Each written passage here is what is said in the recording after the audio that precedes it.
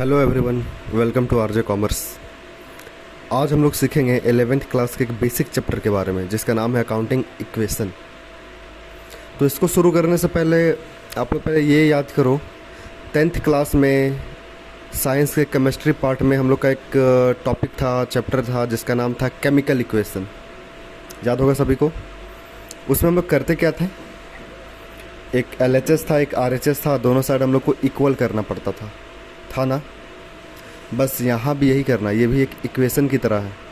हम लोग इसमें 1 बाय 1 जो भी ट्रांजैक्शंस होगा उसका इफेक्ट LHS RHS में ऐसा पड़ेगा कि दोनों साइड इक्वल हो जाए, चाहे वो इफ़ेक्ट सिर्फ RHS में पड़े या सिर्फ LHS में या फिर दोनों तरफ पड़े।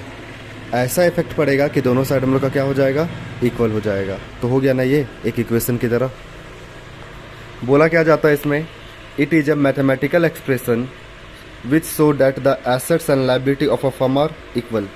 मतलब एक साइड हम लोग का एसेट्स का रहेगा और एक साइड हम लोग का लायबिलिटी की साइड, तो दोनों साइड हम लोग का क्या होना चाहिए, इक्वल हो जाना चाहिए। The accounting equation is based on the double entry accounting. हम लोग पिछले टॉपिक में ये पढ़े थे, एक हम लोग का सिंगल एंट्री सिस्टम होता है, एक डबल एंट्री सिस्टम। तो हम लोग का अकाउंटिंग इक्वेशन जो वो डबल एंट्री सिस्टम के बेसिक पे काम करेगा। विच से that every transaction has 2 aspect, जो कि ये बताता था हर एक ट्रांजेक्शन का कम से कम 2 पहलू होता है, एक डेबिट तो दूसरा क्रेडिट। और ये भी बोला गया है जितना अमाउंट डेबिट में आएगा उतना ही अमाउंट क्रेडिट में भी आता है। आगे, it helps to prepare a balance sheet. ये हम लोग को बैलेंस शीट बनाने में हेल्प करता है। वो कैसे हेल्प करेगा, जब हम लोग इसका कुछ प्रैक्टिकल्स क्वेश्चन को हम लोग पूरा करेंगे तो हम लोग को खुद आइडिया हो जाएगा कि ये बैलेंस शीट में कैसे हेल्प करता। So it is also called a balance sheet equation. तो हम लोग इसको बैलेंस शीट इक्वेशन के भी नाम से हम लोग जानते हैं। The accounting equation is the formula use to capture the effect of the relationship of financial activities within a business. जो भी हम लोग के बिजनेस में कोई भी फाइनेंशियल एक्टिविटीज अगर होती है तो उसका इफेक्ट हम लोग अकाउंटिंग इक्वेशन पर करते हैं। जिस तरह से एक तराजू में दोनों साइड इक्वल होता है तो ही हम लोग उसको परफेक्ट मानते हैं, उसी तरह हम लोग के बिजनेस के अकाउंटिंग इक्वेशन में भी दोनों साइड क्या होना चाहिए, इक्वल होना चाहिए, तो ही वो हम लोग का परफेक्ट कहलाएगा। ठीक, अगर किसी साइड ज़्यादा या कम आ गया तो मतलब हम लोग का इक्वेशन सही नहीं बन रहा। ठीक है, अब इसका फॉर्मूला क्या है, हम लोग जितना भी एसेट्स लगाएंगे वो हम लोग का कैपिटल प्लस लायबिलिटी के बराबर होगा। एग्जाम्पल के तौर पे हम आपको एक बताते हैं, जैसे आप खुद का पैसा, खुद आपने 10 लाख रुपया बचा करके रखा है एक बिज़नेस स्टार्ट करने के लिए, वो तो खुद का पैसा हो गया, मतलब ऑनर का कैपिटल हो गया, तो उसको हम लोग कैपिटल के नाम से जानते हैं। लेकिन अगर आपका जो बिज़नेस है वो 15 लाख से स्टार्ट होगा तो आपको क्या करना पड़ेगा, आपके पास तो पैसा कम है, आपको क्या करना पड़ेगा कि लोन लेना पड़ेगा। तो आपके माथे पर क्या आया, लायबिलिटी आया एक, जैसे लोन 5 लाख लेना पड़ गया, तो कैपिटल हो जाएगा आपका 10 लाख और लायबिलिटी कितना हो जाएगा आपका 5 लाख। तो टोटल एसेट्स आपके बिजनेस में कितना रुपए का आ जाएगा, 15 लाख का। तो ये होता है हम लोग का अकाउंटिंग इक्वेशन। इसी तरह कुछ भी एसेट्स हम लोग का बढ़ेगा घटेगा, क्या लायबिलिटी पे इफेक्ट आएगा, क्या हम लोग का कैपिटल पे इफेक्ट आएगा, ये सारा चीज़ हम लोग को अकाउंटिंग इक्वेशन में हम लोग सीखते हैं। बस आपको ये याद रखना है, अकाउंटिंग इक्वेशन का फॉर्मूला होता है assets equal to capital plus liability. मतलब बिजनेस में जो भी एसेट्स लगा हुआ है वो हम लोग का कैपिटल प्लस लायबिलिटी के बराबर है।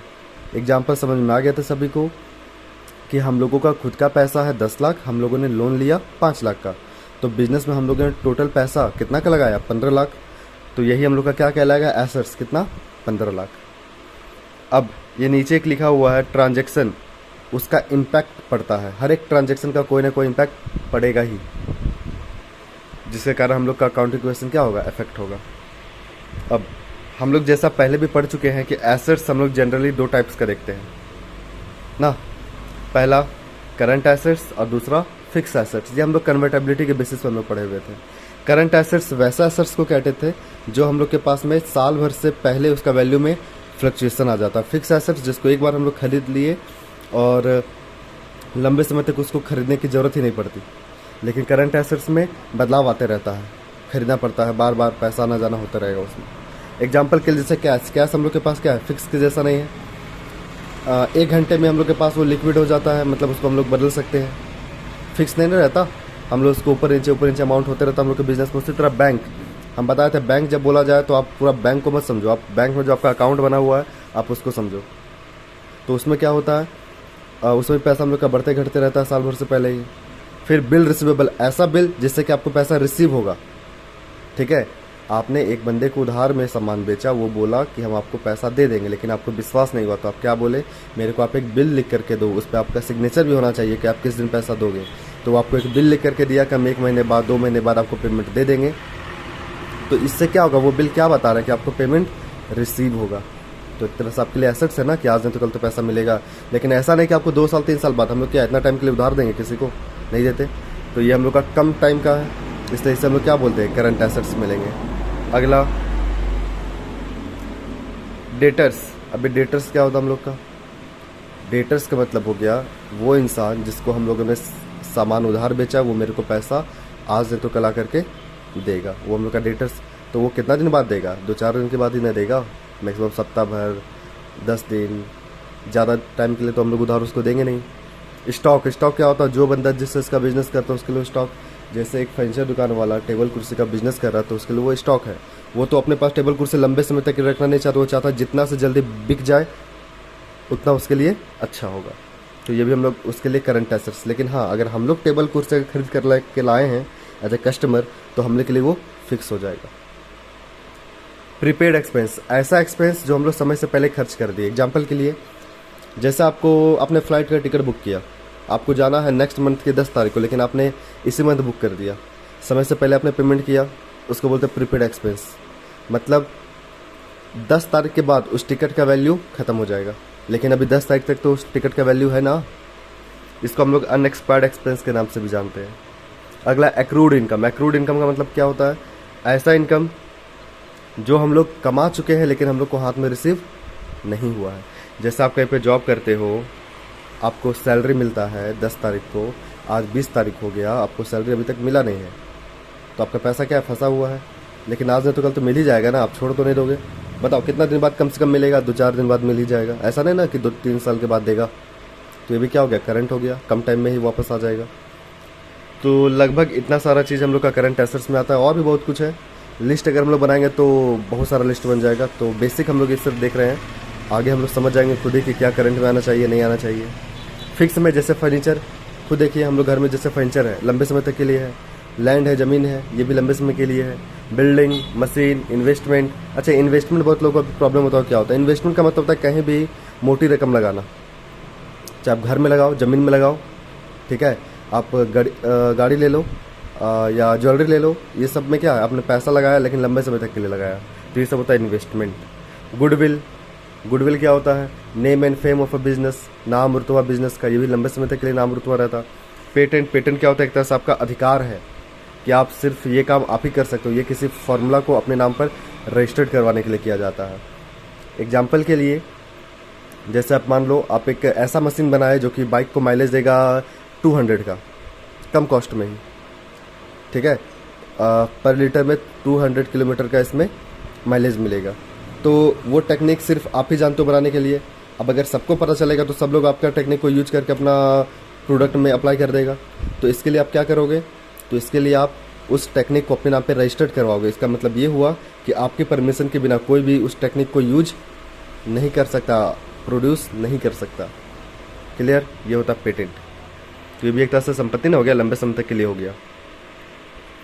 लायबिलिटी, जिस तरह से एसेट्स है, 2 टाइप का लायबिलिटी को हम लोग 2 टाइप का देखते हैं, कम समय वाला और एक लंबे समय वाला। जैसे क्रेडिटर, जिससे हम लोगों ने पैसा उधार लिया है, उसे तो 2-4 दिन में जाके पैसा वापस करेंगे, तो ये होता हम लोग का क्या, करंट लायबिलिटी में आएगा, क्रेडिटर इसे कहते हैं। बिल्स पेबल, ऐसा बिल जो कि हम पे करें, जैसे कि इलेक्ट्रिसिटी बिल हम लोग को आता है ना, एक उसमें बेस रहता है कि हाँ इतने दिन तक आप पेमेंट आकर के कर दीजिए, तो कम टाइम का ही रहता है ना, क्या 2-4 साल बाद पेमेंट करने को कहता है क्या, नहीं।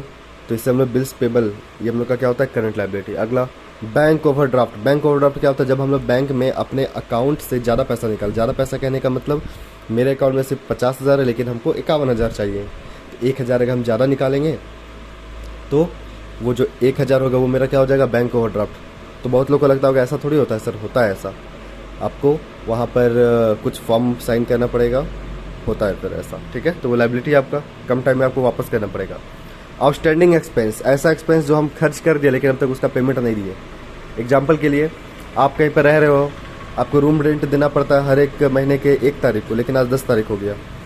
आप यूज़ तो कर लिए लेकिन अब तक पेमेंट नहीं दिए ना, तो ये हम लोग का क्या होता है, आउटस्टैंडिंग एक्सपेंस। एडवांस इनकम, जैसा आपको कोई काम करने के लिए मैंने पेमेंट आप लोगों को दिया, आप लोगों ने ये कहा ठीक है काम कर दूंगा, आप लोगों ने पेमेंट तो ले लिया है, काम तो आपको करना पड़ेगा, आपकी लायबिलिटी है ना कि हाँ मैंने पेमेंट ले लिया है, मेरे को अब काम करके वापस देना पड़ेगा। ये होता है एडवांस इनकम। अब उससे non current liability, non current liability क्या होता है, ऐसा लायबिलिटी जो लंबे समय तक के लिए, लंबे समय कहने का मतलब 2 साल, 4 साल, 10 साल, 5 साल, ऐसा।